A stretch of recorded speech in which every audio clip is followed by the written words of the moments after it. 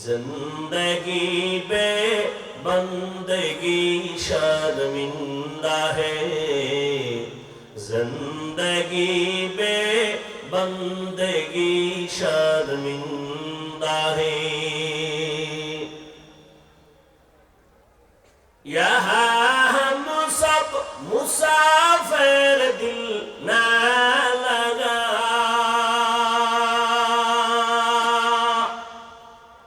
अहले दिल की नजर से रूह करता जा।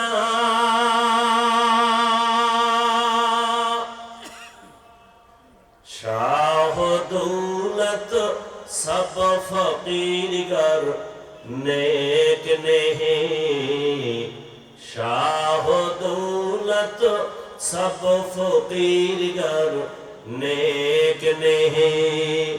जिंदगी में बंदगी तू कर नहीं,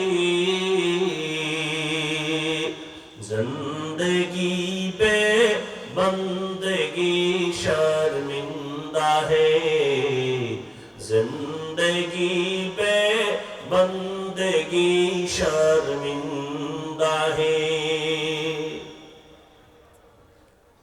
মাওলারে পাওয়া এটা কপালের কাম, পোড়া কপালে পায় না। রহমতের নবীর চেহারা এক নজর দিয়া যদি কেউ তাকায়, এক সপ্তাহের পেটের ক্ষুধা নিবারণ হয়ে যায়। কেমন মায়ার নবী আমার, যে নবীর মোহাব্বতের নজর দিয়া তাকাবে তো জাহান্নাম হারাম হয়ে যাবে। কিন্তু কপাল বড় খারাপ, একবার আর একদিন না দুদিন না, দীর্ঘ 13টা বছর রহমতের নবীকে সামনে বসে দেখলো, বয়ান শুনলো, কালেমা পড়লো না। এমন কপাল ভরা বেঈমানের নাম জানেননি? কোন না কেন? 13টা বছর দেখলো, বয়ান শুনলো, কালেমা নসিব হয় না। আর অন্যদিকে 7-8 বছরের যুবক তরবারি নিয়ে দৌড়ায় আমার নবীকে জবাই করার জন্য। রহমতের নবীকে দেখা মাত্র তরবারি ফালায় বলে, নবী আমারে কালেমা পড়ায় দেন। এর নাম কফা। এর নাম কি? কফা। বহুদিন ধরে পাবনা আশরাফিয়ার মাহফিলের এলান চলছিল, অনেকে আসার ওয়াদা করে আসতে পারেনি, এও এক কফা। আর একদল কফালারা আসছে কিন্তু বেহেশতের প্যান্ডেলে ঢুকতে পারে নাই। এরা দোকানে দোকানে ঘুরে ঘুরে তাজা তাজা কবিরা গুনাহ করে, মহিলা প্যান্ডেল তাওয়াফ করে, এরাও কফালিয়া। আর একদল কপালওয়ালারা প্যান্ডেলে ঢুকছে কিন্তু দুঃখ,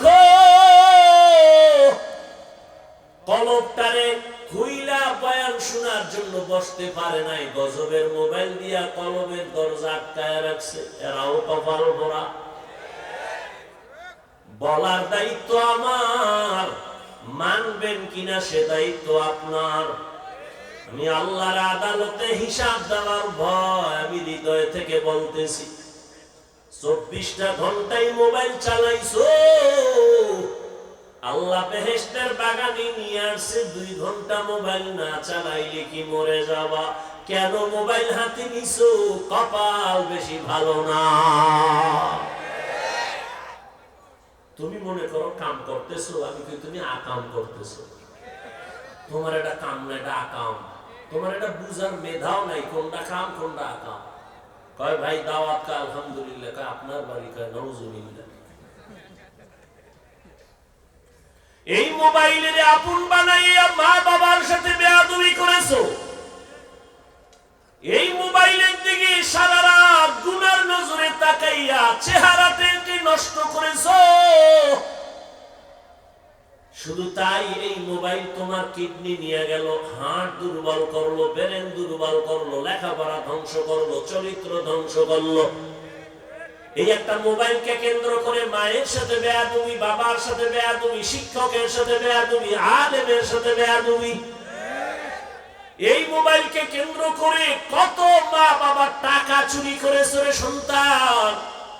মা বাবা টাকা যখন দেয় না বন্ধুর টাকা চুরি করেছো, যখন পাও না তখন দোকান চুরি শুরু করেছো। এই একটা মোবাইল দিয়ে তোর জিন্দেগি বরবাদ। তোমার মধ্যে আছে বলতে কিছু না, আছে একটা রুহু। আজরাইল নিয়ে গেলে তুমিও নাই। আল্লাহ হেদায়েত দান করুন। আবার একদল মোবাইল ছাড়াই বয়ানে বসছে, এগো কপালটাও বেশি সুবিধা না। কেন? ঘন্টাকে ঘন্টা বয়ান শুনে কিন্তু মা বাবার জন্য একটু শেষে দোয়া করে যাবে, সে কপাল আর হয় না। এগো কপালটাও বেশি সুবিধা না।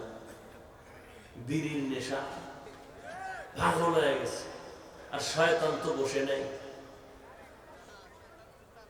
জিন শয়তান প্যান্ডেলের বাইরে গেলেই ধরবে, নফস শয়তান ভেতরে বসিয়া ধাক্কাইতে থাকে। আর কত সে তো পুরান বয়ান না মোবাইলেও শুনতে পারবি, বাড়ি চল।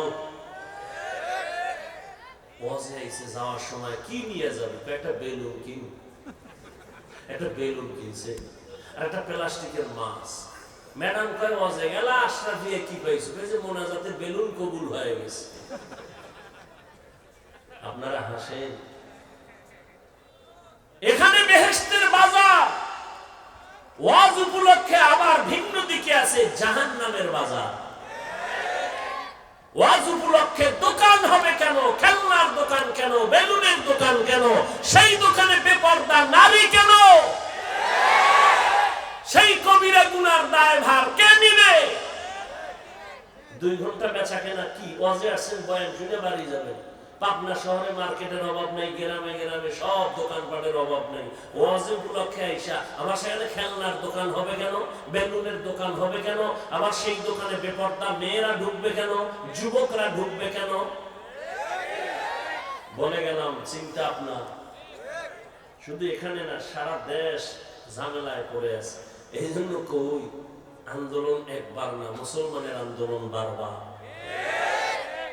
এন দুর্নীতি, দোকান বইছে ওয়াজ উপলক্ষে 1 দিন 2 দিন, হ্যাঁ নয় চান্দাবাজি, টাকা দেয়। আছে না নাই? আল্লাহ হেদায়েত দান করুন।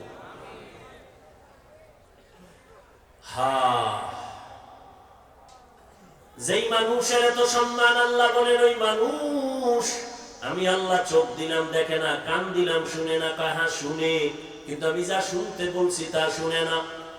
এই কানের দ্বারা আজানের শব্দ কানে নিবা, এ কানের মধ্যে তুমি তেলাওয়াতের আওয়াজ নাও, কিন্তু না নিয়া আমার কলিজার যুবক গানের তার কানে লাগায় ঘুমায়। আসেনি? মুসলমান হিসেবে একটু চিন্তা করিও, যদি আজরাইল ঘুমের ভিতরে এই বলে আর সেই যদি দেখে কানের ভেতরে গানের তার লাগানো, মুসলমান হিসেবে একটু চিন্তা করিও আল্লাহর আদালতে কেমনে দাঁড়াবা।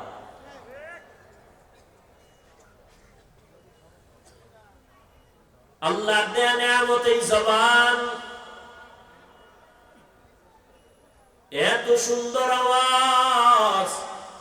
এই জবানের দ্বারা কথা বের হচ্ছে কোটি কোটি কথা।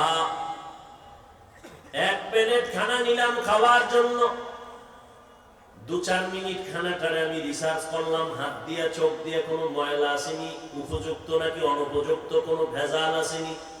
হাত আমাকে অ্যান্সার দিল খানায় কোনো ঝামেলা নাই, চোখ বললো ঝামেলা নাই, তো লোকমা উঠায় মুখে দিলাম। জিহ্বা গিয়ে কয় সাবধান, ভিতরে নেওয়া যাবে না। কেন? জিহ্বায় তদন্ত করে কয় তোমার লোকমার ভেতর একটা চিকন চুল আছে, চুল ব্রেক বের কর, এটা গেলে ফেডে ডিস্টার্ব হবে। কেমন নিয়ামত জিহ্বা!